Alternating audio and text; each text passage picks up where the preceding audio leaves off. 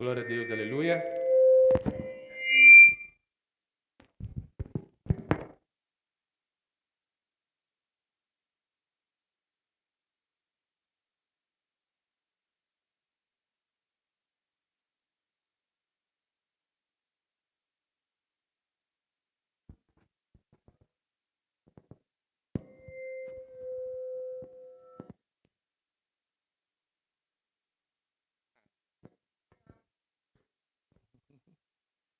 Glória a Deus, aleluia. Deus é bom, amém? Tá dando para ouvir atrás? Tá? Amém. Eu convido os irmãos a abrirem a Bíblia no Evangelho de Mateus, capítulo 7, apenas versículo 24 e 25.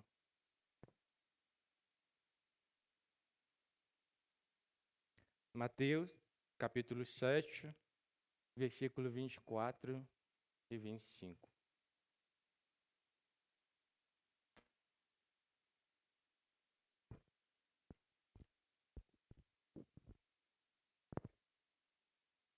Todos acharam? Mateus, capítulo 7, versículo 24 e até o 25 somente.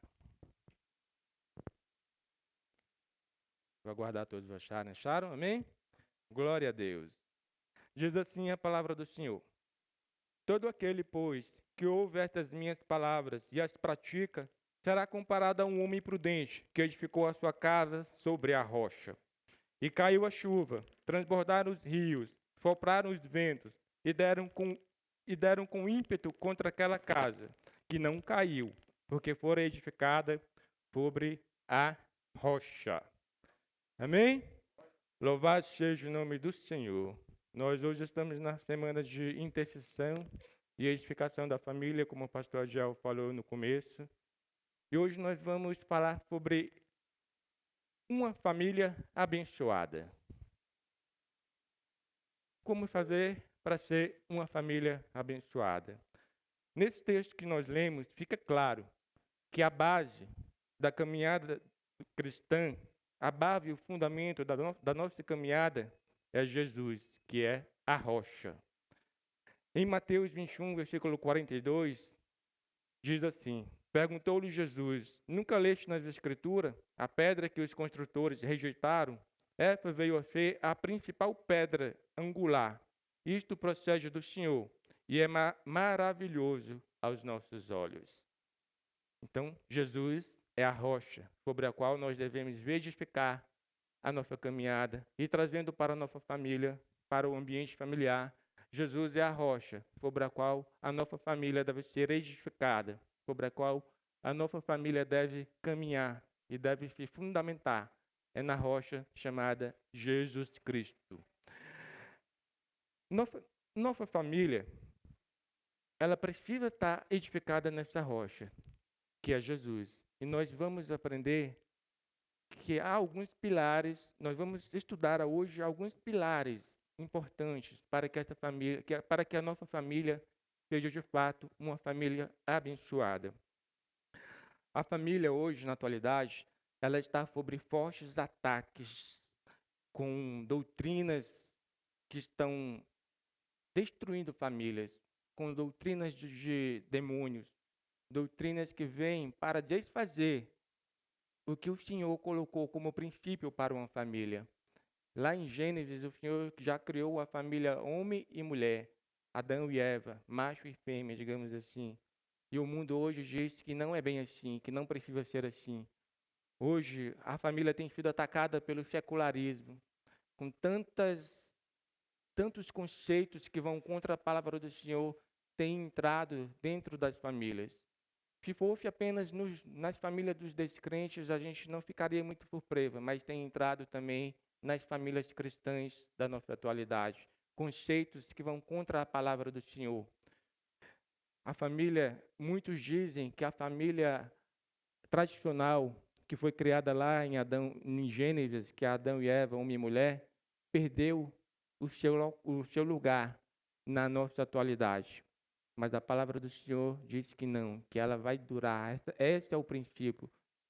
sempre vai ser homem e mulher, sempre vai ser a base da família, sempre vai começar uma família com um homem e uma mulher. Por mais que o mundo tente colocar na mente, por mais que o mundo tente colocar na mente das pessoas que pode ser homem com homem, mulher com mulher e pode formar uma família. Não pode. A palavra é bem clara quanto a isso.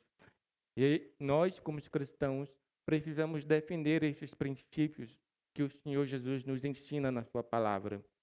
Ser um cristão hoje em dia,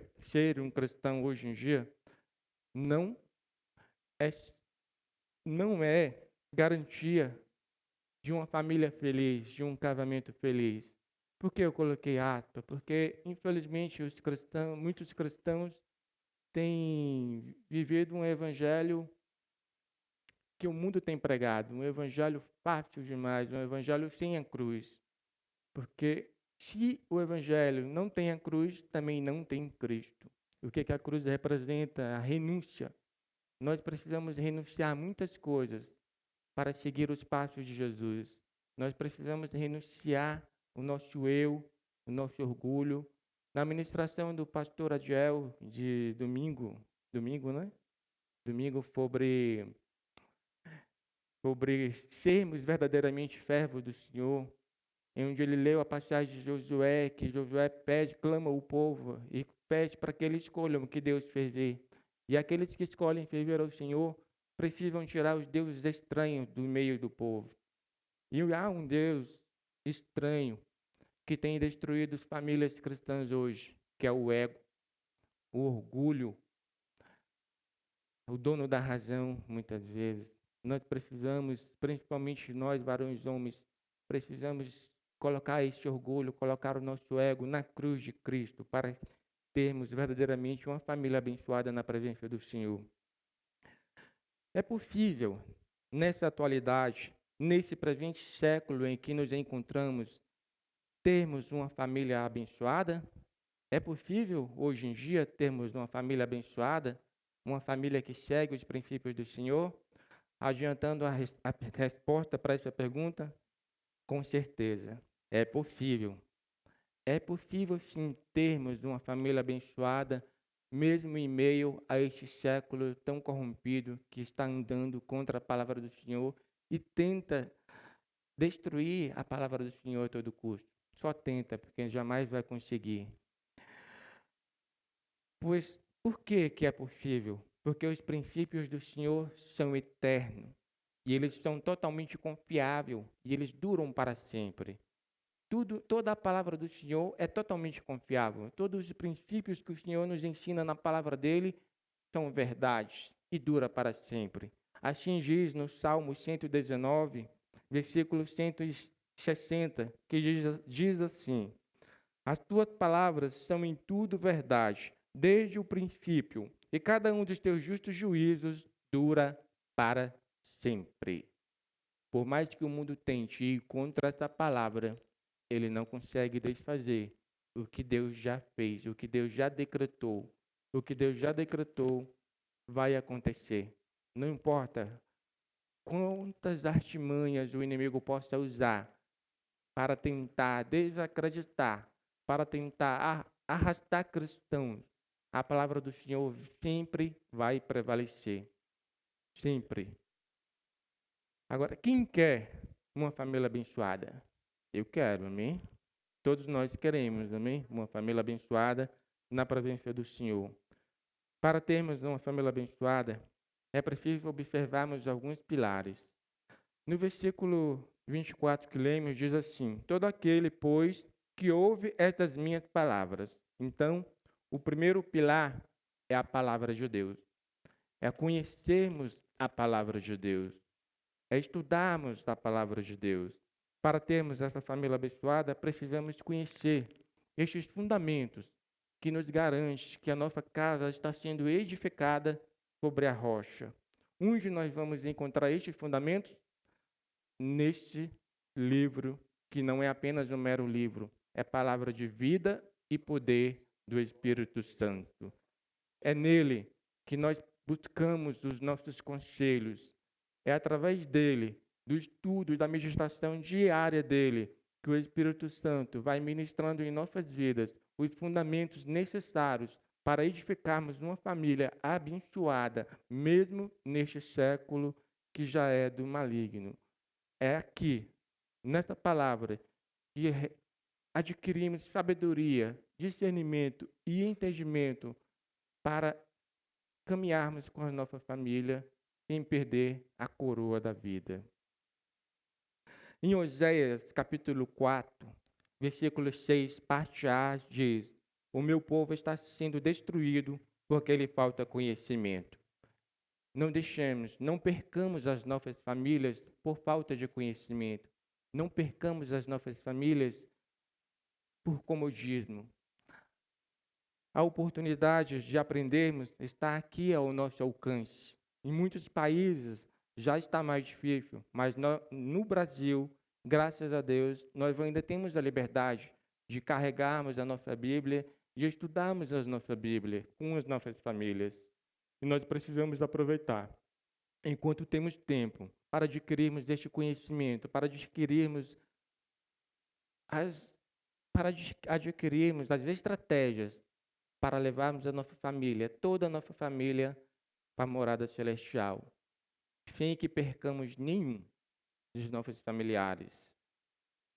A palavra de Deus, ela contém orientações preciosas e precisas para qualquer área da nossa vida. Não importa a área da sua vida que você está encontrando alguma dificuldade, na palavra de Deus sempre terá a resposta, sempre terá o caminho para alcançarmos a solução, sempre nos apontará para Jesus, que é o autor e consumador da nossa fé e que nos garante que com Ele nós vencemos as dificuldades.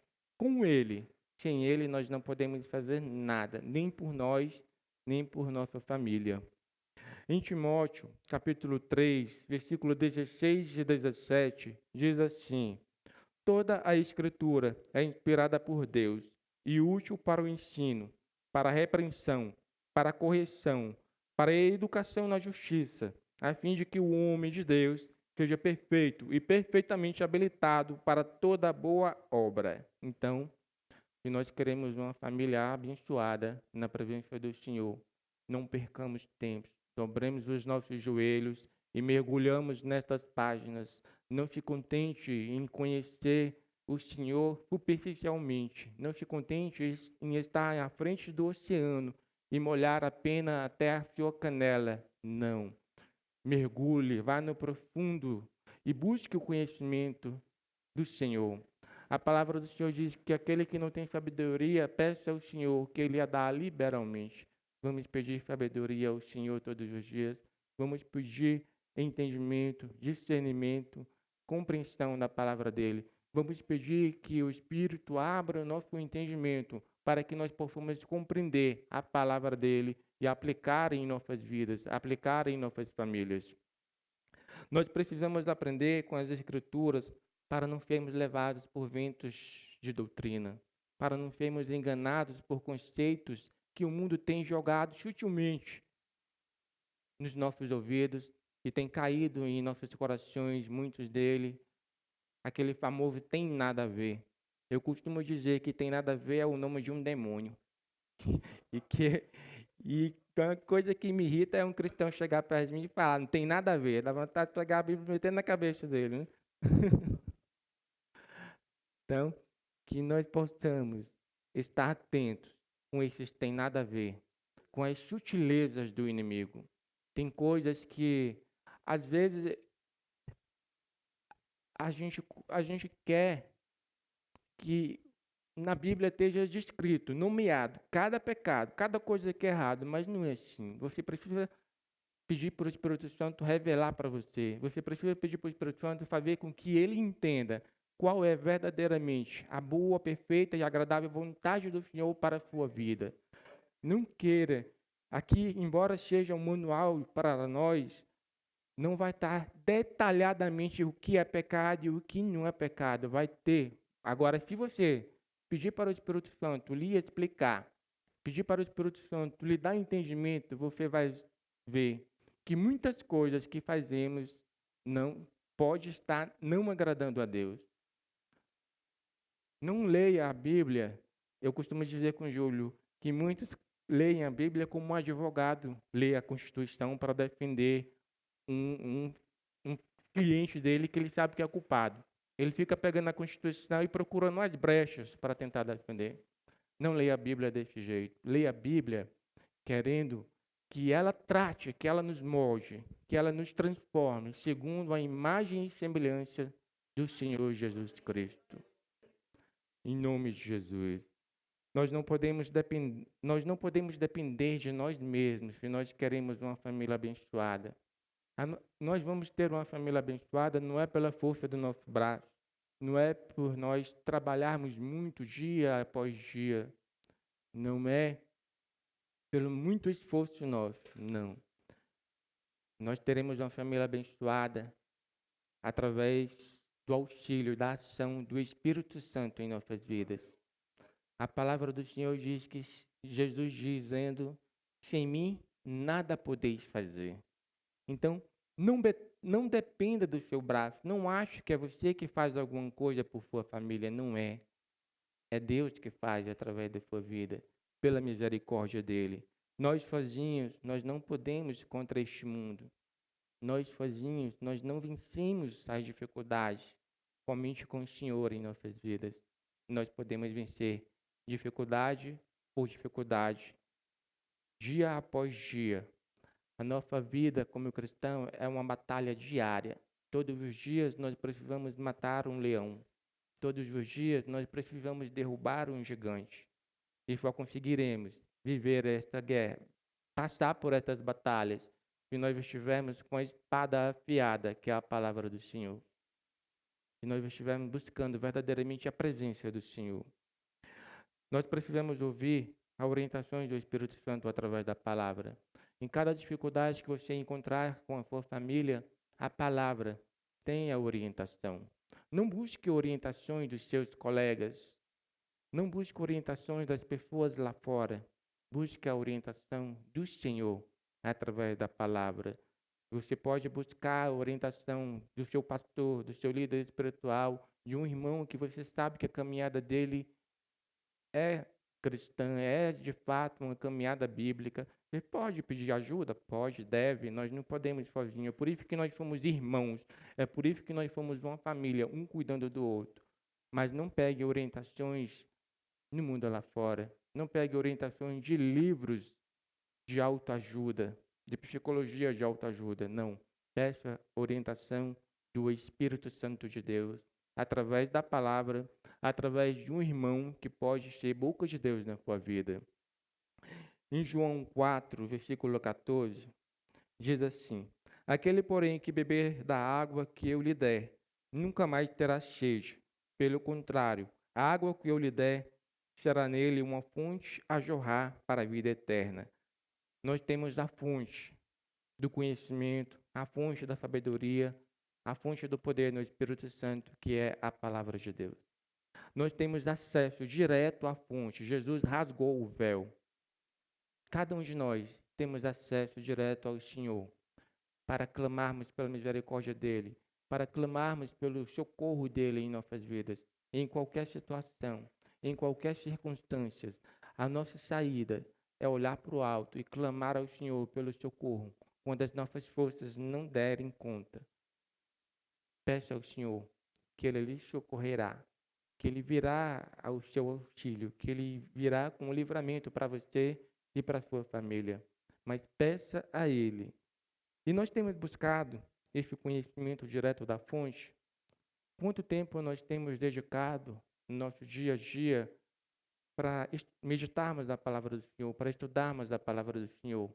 Nós realmente temos nos preocupados em adquirir esses fundamentos? Nós temos realmente nos preocupados em nos certificar de que nós estamos caminhando segundo a palavra do Senhor, que a nossa família realmente está vivendo esta palavra, que eu tenho educado os meus filhos conforme os princípios da palavra do Senhor, ou tem nada a ver ter entrado em nossas casas, ou o relativismo tem entrado no nosso lar. Aquele que Se você acreditar, está tudo certo. Se você achar que é bom, está tudo certo. Ou nós temos realmente procurado viver os princípios do Senhor no nosso dia a dia. Nós temos buscado conhecer a vontade do Senhor verdadeiramente para as nossas vidas. E quando nós conhecemos a vontade do Senhor para as nossas vidas, nós temos obedecido? Nós temos seguido a orientação do Senhor quando Ele nos dá? Ou o Senhor, você quer tanto uma coisa, você quer tanto aquele carro? Vamos colocar, não vou colocar, não gosto muito de falar de bem material, mas vamos fazer uma analogia assim. Você quer tanto um carro que o Senhor diz não, e você vai lá, mete a cara e mesmo assim pega ele. Ou quando o Senhor diz não, você aceita, ainda que não compreenda no momento, você aceita, ou você fica retrucando com o Senhor e prevalece a sua vontade, prevalece a nossa vontade, que nós possamos viver verdadeiramente os princípios do Senhor em nossas vidas. E então nós entramos no nosso segundo pilar, que diz, ainda nesse mesmo versículo, diz depois que ele diz, todo aquele pois que ouve estas minhas palavras, que é o primeiro pilar, a palavra de Deus, agora, e as pratica, será comparada a um homem prudente. E as pratica, ou seja, não basta você conhecer os princípios do Senhor, não basta você conhecer o que está escrito aqui, você precisa viver. Nós precisamos praticar essa palavra, dia a dia, vírgula por vírgula, ponto por ponto. Cada tio que está aqui, nós precisamos viver essa palavra. Porque conhecer por conhecer, o inimigo conhece a palavra muito bem, né? Os anjos dele também conhecem. E a gente pode conversar com muitas pessoas não cristãs que conhecem muito bem a palavra do Senhor. Por isso a questão não é somente conhecer a palavra do Senhor, é conhecê-la e praticá-la. Como diz, se não me engano, em Tiago, né? Não seja apenas ouvinte, mas praticante da palavra do Senhor. Não podemos apenas nos contentar em conhecer a palavra do Senhor, saber o que está escrito aqui. Porque só saber o que está escrito aqui não nos vai fazer usufruir as bênçãos que tem nessa palavra. Mas não é somente para aquele que conhece, é para aquele que conhece e que pratica no seu dia a dia. Salmo 128 diz assim: Bem-aventurado aquele que teme ao Senhor e anda nos seus caminhos. Do trabalho de tuas mãos comerás, feliz serás, e tudo te irá bem. Tua esposa, no interior de tua casa, será como videira frutífera. Teus filhos, como rebentos da oliveira, à roda da tua mesa. Eis como será abençoado o homem que teme ao Senhor. O Senhor te abençoe desde Sião, para que vejas a prosperidade de Jerusalém durante os dias da tua vida. Veja os filhos de teus filhos, paz sobre Israel. Veja, bem-aventurado aquele que teme ao Senhor e anda nos seus caminhos. Assim. Teme ao Senhor e obedece os seus mandamentos, os seus estatutos. Nesse salmo, nós podemos ver que quem teme, quem obedece ao Senhor, logo no versículo 2, ele diz que haverá prosperidade e felicidade no lar. Quem aqui quer prosperidade? Não apenas prosperidade financeira, não estou dizendo prosperidade financeira, mas prosperidade espiritual em cada área da vida. Quem quer felicidade? Todos nós que temos uma família queremos isso, né? E aqui diz o segredo: aquele que teme e anda nos caminhos do Senhor. No versículo 3, ele diz que a esposa e os filhos serão abençoados. Quem quer a esposa e filhos abençoados? Todos nós queremos, certo? No versículo 4, ele diz que o homem também será abençoado. No versículo 5, ele diz que nós teremos dias prolongados, uma vida longa, e não só uma vida longa, mas uma vida com paz. Com paz na presença do Senhor. Paz não é ausência de conflitos, quando o Senhor diz que nós temos paz, aquela paz que Ele dá e não é o que o mundo dá, mas é o que o Senhor dá, que ultrapassa todo o entendimento humano. É uma paz interior que mesmo quando a sua volta você está cheio de problemas, o seu coração está em paz, porque sabe em quem confia, que é no Senhor, e sabe que nada sai do controle das mãos deste Deus que nós cremos. Por isso nós temos paz. Não é porque nós não temos dificuldades, é porque nós temos um Deus que tem todo o controle em qualquer circunstância, em qualquer momento da nossa vida. Ele está sempre com o controle em suas mãos. E se as nossas vidas verdadeiramente estão nas mãos dele, então não se preocupe. Deus tem o controle em qualquer situação. Neste momento que estamos vivendo, caótico de pandemia, Deus está no controle. Sempre estará no controle. Por mais que o mundo diga que ele não está, ele está. E nunca vai perder o controle. Isso é uma esperança para nós, esse Deus maravilhoso, para aqueles que temem e que andam nos caminhos do Senhor, como nós. Eu creio que todos nós procuramos andar no caminho do Senhor. Amém? A obediência a Deus nos traz maturidade espiritual. Quanto na nossa caminhada, a maturidade espiritual vem à medida que nós obedecemos ao Senhor. Quando nós caminhamos e não obedecemos, nós nos tornamos eternos meninos na fé, sem estar pronto para receber o alimento sólido. Nós nunca chegamos à estatura de varão perfeito na fé por desobediência. Todas as vezes que o povo de Israel desobedecia, eles voltavam a rodar em círculo. Quando eles obedeciam, eles continuavam, prosseguiam para frente. Mas quando desobedeciam, voltavam. Então, precisamos obedecer de sempre, confiando sempre no Senhor. Mas nós não podemos obedecer se nós não conhecermos o que nós vamos obedecer, se nós não conhecermos quem está dando a ordem. É por isso que é importante o pilar anterior, conhecermos a palavra de Deus, conhecermos o Senhor através da sua palavra, conhecermos os seus estatutos através da sua palavra. Quando nós vamos buscando o Senhor com todo o nosso coração, Ele vai se apresentando a nós. E a cada dia mais, nós vamos amá-lo mais e vamos querer mais e mais e mais da presença do Senhor em nossas vidas. Nós vamos estar sempre tomando desta fonte, pela qual o Senhor diz que aquele que bebe jamais terá sede. Nós estaremos sempre bebendo desta fonte, através da palavra do Senhor. Então, obedecendo ao Senhor sempre, nós teremos uma família abençoada. Nós cresceremos em maturidade espiritual na presença do Senhor. E o Senhor, cada vez que a nossa maturidade aumentar, Ele vai nos confiar coisas maiores em sua obra para executarmos. Em João, e outra coisa, a obediência, ela também nos faz amigos de Deus. Em João 15, versículo 14, Jesus diz assim: Vós sois meus amigos, se fazeis o que vos mando. Então, para sermos amigos de Deus, nós precisamos obedecer. Obedecer. Nós não temos a escolha de não obedecer, se quisermos verdadeiramente termos uma família abençoada, seguirmos a caminhada cristã com fidelidade. Nós precisamos obedecer ao Senhor. Conheça a palavra do Senhor, conheça o Senhor, permita que o Senhor se revele a você através da palavra. Não desperdice o seu tempo no dia a dia.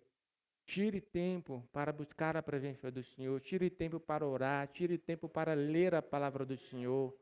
Se você lê uma vez e não entende, leia a outra, leia a terceira, leia a quarta, leia a quinta, leia a sexta, ore e leia, leia e ore. Em todo o tempo, incessantemente, perseverantemente, uma hora, o Senhor vai abrir o seu entendimento, como Ele abriu os dos apóstolos, e eles começaram a compreender a palavra. Mas nós não podemos seguir o fluxo deste mundo que quer tudo no fast food. Eu começo agora e estou lendo aqui, já quero que Deus me responda. Não funciona assim.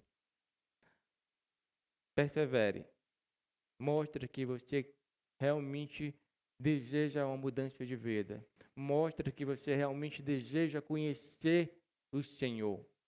Mostra que você quer muito mais do que a bênção. Você quer um relacionamento com o abençoador. Sempre. Não busque só bênçãos, busque o abençoador. Aquele que pode lhe dar a vida eterna. Busque Ele. Esteja com Ele todos os dias. Você e sua família. Os nossos filhos, eles aprendem muito mais com a nossa conduta, com o nosso exemplo dentro da nossa casa, do que com as nossas palavras. Se você não tiver o hábito de ler a palavra, de jejuar, de orar na sua casa, não queira que o seu filho cresça com esse hábito, porque não vai.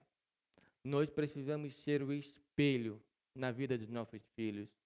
Nós precisamos ser aquele que guia os nossos filhos no caminho e não apenas apontando o caminho. Você precisa ensinar o Senhor, o seu filho, no caminho. Se nós queremos uma família abençoada, de geração após geração, nós precisamos educar os nossos filhos desde o berço, nos caminhos do Senhor. Coloque o seu filho para ouvir a palavra do Senhor. Recite, se ele ainda não sabe ler, recite a Bíblia para que ele ouça. Leia na frente dele. Mas se ele já sabe ler, chame ele para ler com você. Busque colocar os seus filhos nos caminhos do Senhor, mostrando a ele o caminho, indo com ele no caminho, e não apenas mostrando, mas indo com ele no caminho. Chame ele, ajoelhe com ele e comece a ministrar na vida dele a palavra do Senhor, para que ele possa crescer e ser abençoado. E quando ter a família dele, ele siga esse mesmo hábito e venha outra família abençoada e passe assim de pai para filho até a volta de Jesus Cristo, em todo o tempo. Nós, no conhecimento e a obediência, precisam caminhar juntos. Conhecimento sem obediência não vale nada para nossas vidas. E obedecer sem conhecer o que está obedecendo pode causar grandes problemas, porque nós podemos estar obedecendo uma coisa ruim, né? Então, conhecimento e obediência precisam andar juntos, de mãos dadas. Nós fomos verdadeiramente amigos de Deus. Nós vimos que para ser amigo de Deus é aquele que obedece aquilo que Jesus manda. Nós temos sido verdadeiramente amigos de Deus, que nós possamos refletir, amém? E o terceiro pilar entra, que nós precisamos observar, é que nós precisamos ser cheios do Espírito Santo. Quando nós conhecemos a palavra do Senhor, quando nós obedecemos a palavra do Senhor, então o Espírito vem sobre as nossas vidas e tem prazer em estar conosco, porque nós fomos de cristãos obedientes e Ele enche-nos com a sua presença. Em Efésios 5, versículo 18, diz assim: E não vos embriagueis com vinho, no qual há dissolução, mas enchei-vos do Espírito Santo, do Espírito, prosseguindo além do 18, falando entre vós com salmos, entoando e louvando de coração ao Senhor, com hinos e cânticos espirituais, dando sempre graças por tudo a nosso Deus e Pai, em nome do nosso Senhor Jesus Cristo, sujeitando-nos uns aos outros no temor de Cristo. Nesta passagem, nós vemos que uma pessoa cheia do Espírito Santo é uma pessoa feliz. Então, um lar onde todos os membros são caminham na presença do Senhor, são cheios do Espírito Santo, é um lar feliz. A gente vê isso quando ele diz, falando entre vós com salmos, entoando e louvando de coração ao Senhor. Felicidade. Uma pessoa cheia do Espírito Santo é uma pessoa grata. Uma família cheia do Espírito Santo é uma família grata, dando sempre graças por tudo a nosso Deus e Pai. Uma pessoa satisfeita, que tem contentamento, como na ministração da pastora Sheila e da mulher sunamita, que tinha contentamento quando o profeta perguntou o que ela precisava, e ela disse nada. Uma pessoa cheia do Espírito Santo tem contentamento. Está sempre satisfeita com o que tem. Está sempre satisfeita com o que o Senhor coloca em suas mãos. E se o Senhor a der, mais ela recebe. Mas ela não reclama por estar faltando alguma coisa. Ela sempre está contente com o que ela já tem. Uma pessoa cheia do Espírito Santo, ela não entra no casamento para ser feliz. Ela já é feliz. Ela entra no casamento para servir. Servir o seu cônjuge, servir os seus filhos. Uma pessoa cheia do Espírito Santo não dá ouvidos ao seu ego, não dá ouvidos ao seu orgulho. Ela sabe, ainda que ela esteja com toda razão em uma situação, se precisar, ela pede perdão. E se ela estiver errada, ela pede perdão. Porque não é vergonha pedir perdão. Vergonha seria não pedir perdão. E as consequências de não pedir perdão é muito séria, porque faz mal para nós mesmos. E de não perdoar também. Uma pessoa cheia do Espírito Santo, ela tem o fruto do Espírito. E carrega o fruto do Espírito com as suas 9 virtudes. E a primeira virtude de uma pessoa que tem o fruto do Espírito é o amor. Qual é o casal que começa sem ter a certeza que um ama o outro? Todos nós que começamos uma família, começamos porque nos amamos, certo? Mas não é um amor como o mundo prega, atração física, desejo sexual. Não é este amor que a Bíblia fala. É o amor de 1 Coríntios capítulo 13.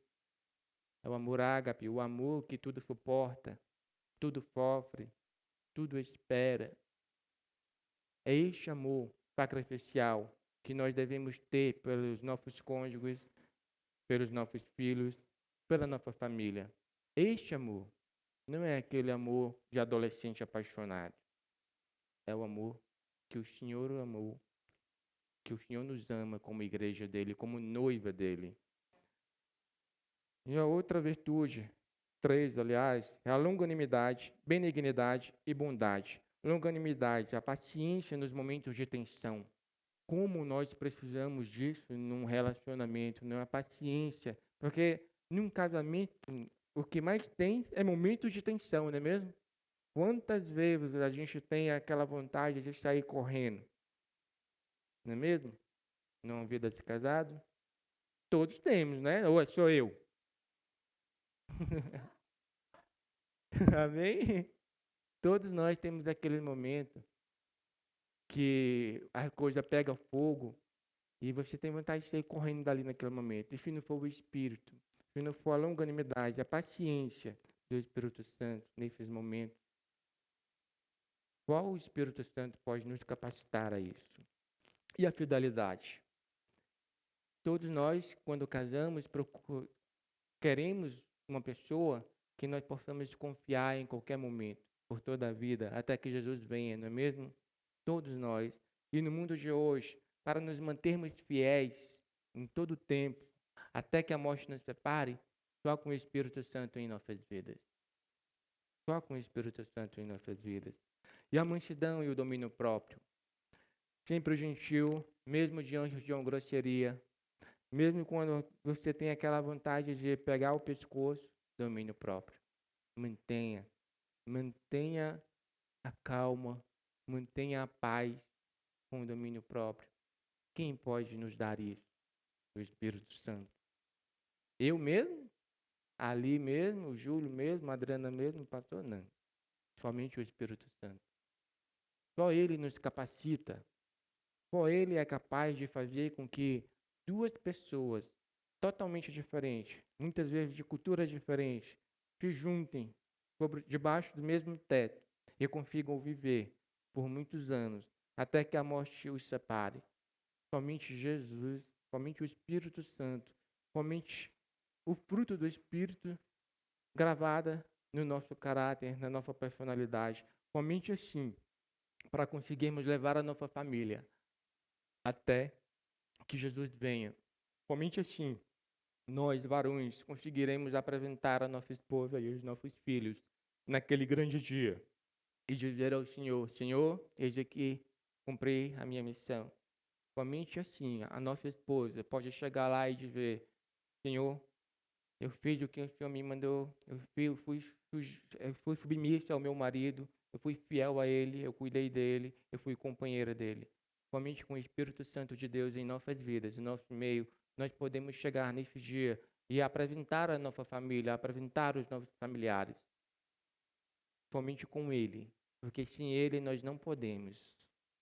E para termos ele, nós precisamos conhecer a palavra dele, obedecer ele, para podermos ser cheios do Espírito Santo e termos essas virtudes em nossas vidas. Uma pessoa cheia do Espírito Santo é um excelente cônjuge, não é? Uma pessoa cheia do Espírito Santo. Solteiros que estiverem aqui, procurem uma pessoa cheia do Espírito Santo. Seja uma pessoa cheia do Espírito Santo. Nós somos um cônjuge cheio do Espírito Santo. Nós temos sido para o nosso companheiro um cônjuge cheio do Espírito Santo. Nós temos conseguido instruí-las nos caminhos do Senhor. Nós temos conseguido viver os princípios do Senhor em nossas vidas diariamente. É claro que todos nós somos pecadores. Nós vamos falhar, nós vamos errar com os nossos cônjuges, com os nossos filhos. E é por isso que vem o perdão, a reconciliação. É por isso que o orgulho, que o ego não pode estar no caminho. Porque a dureza de coração tem destruído muitos lares. Não deixamos que a dureza de coração possa tentar destruir os nossos lares. O maior problema tem sido o nosso ego. Nós não gostamos de ferver, nós gostamos de ser fervido. Isso é um problema. A nossa felicidade é o que importa, nós somos egoístas. E relacionamentos que começam com duas pessoas vazias, duas pessoas que não são cheias do Espírito Santo, formando, vai dar o quê? Mais vazia, mais carência. Então já começa um relacionamento conflituoso. E é por isso que a Bíblia diz que a gente não deve estar em julgo, procurar um julgo desigual no momento do casamento. Que nós possamos ser sempre cheios do Espírito Santo. O propósito do casamento não é nos fazer feliz, como a gente diz, é servir o nosso cônjuge, servir as nossas famílias, fazer a esposa e o seu marido feliz e glorificar a Deus por causa disso. Glorificarmos a Deus quando estamos fazendo com que o nosso cônjuge seja feliz. A educação e a cultura, por mais que ela seja importante, ela não é suficiente para manter um lar abençoado. Você pode ler livros que o mundo oferece de trás para frente, de frente para trás. Você pode até mesmo apenas conhecer a letra, mas se o Espírito Santo não estiver sobre a sua vida, você não consegue uma família abençoada. Você não for cheio do Espírito Santo, você não consegue um lar abençoado. Só o Espírito capacita para vivermos juntos com os nossos cônjuges, com os nossos filhos, até que ele volte. Para concluirmos, nós vimos que uma família abençoada é formada por cônjuges cheios do Espírito Santo. Vimos que ninguém por si só, ainda que milionário, é capaz de fazer um lar feliz, somente com a presença do Espírito Santo. Nós vimos que a felicidade e a durabilidade do casamento é concebida pela ação do Espírito Santo em nossas vidas. Nós vimos que uma pessoa cheia do Espírito Santo, ela carrega em seu caráter o fruto do Espírito. Amor, alegria e paz, longanimidade, benignidade, bondade, fidelidade, mansidão e domínio próprio, que são indispensáveis para termos uma família abençoada na presença do Senhor. Indispensáveis. Quer uma família abençoada? Então busque a presença do Espírito em sua vida. Busque ser cheio do Espírito através do conhecimento e obediência da palavra de Deus. Nós precisamos seguir esses pilares se queremos uma família abençoada. Conhecimento da palavra e obediência da palavra. Amém? Vamos orar?